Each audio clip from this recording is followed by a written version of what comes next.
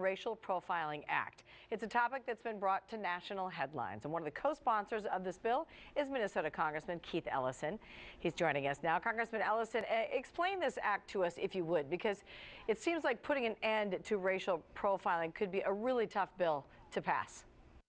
Well, I think that it shouldn't be a tough bill to pass. All it does is ask law enforcement to categorize and to provide data about stops and the decision for those stops, which would be only a few moments of their time. There's already ample paperwork that law enforcement takes into account already, and it would not take much time. Exactly how will this change things then for law enforcement? Because they do have to provide reasons for stopping and arrests and everything else by way of their actions that they take. No, as a matter of fact, that's not the case. I mean, often there are stops that happen. If there's no arrest associated with the stop, you may not ever know the basis for the stop, and you may not know if there's any sort of pattern which suggests that perhaps there's a bias in policing. And so it's just sort of capturing information.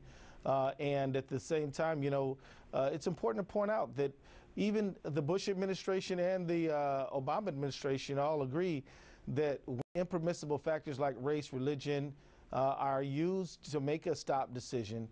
That's not good policing. Good policing is making a decision based on conduct and behavior, not necessarily improper factors. Sure. Now, of course, the Trayvon Martin case is not a case involving police. But it is a case in which at least Mr. Zimmerman profiled Trayvon Martin. Frank Gale with the National Fraternal Order of Police, though, testified against the End Racial Profiling Act. I'm sure you're aware of this. Here's what he said, though, for everybody at home. Yeah. It is clear that racism is morally and ethically wrong, and in law enforcement it serves no valid purpose. But it is equally wrong to think that a person is racist just because he wears a uniform and a badge. He also called the bill offensive. What do you think about it? Well, I agree with that one statement that he made. I mean, and no one assumes that people are racist because they wear a uniform. In fact, I'm a tremendous supporter of our police and work hard to make sure they got the equipment that they need as much as I possibly can. But every profession has accountability. You as a journalist have accountability. When I was a lawyer, we had an ethics board we had to report to as a member of Congress. You know, there's a standards and conduct committee. So everybody has ethical standards to live by. If you're a doctor, you do. And, you know, most police officers understand that's part of what it means to be an officer, is to have to be accountable for what you do. Now, look, a lot of times, you know, there are biases that enter into a decision-making process that are below the conscious level. People don't know why they think this person is suspicious. They just kind of do.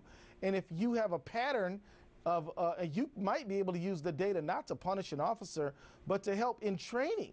That's what I would really want to ask you is, even if this act does pass, do you really, in your heart of hearts, think it will end racial profiling when police are patrolling the streets?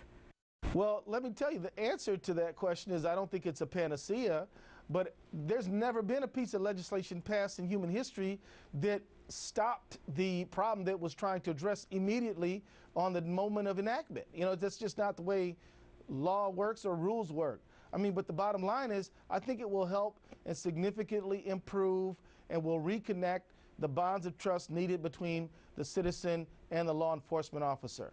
Congressman Keith Ellison, appreciate your time tonight. Thank you.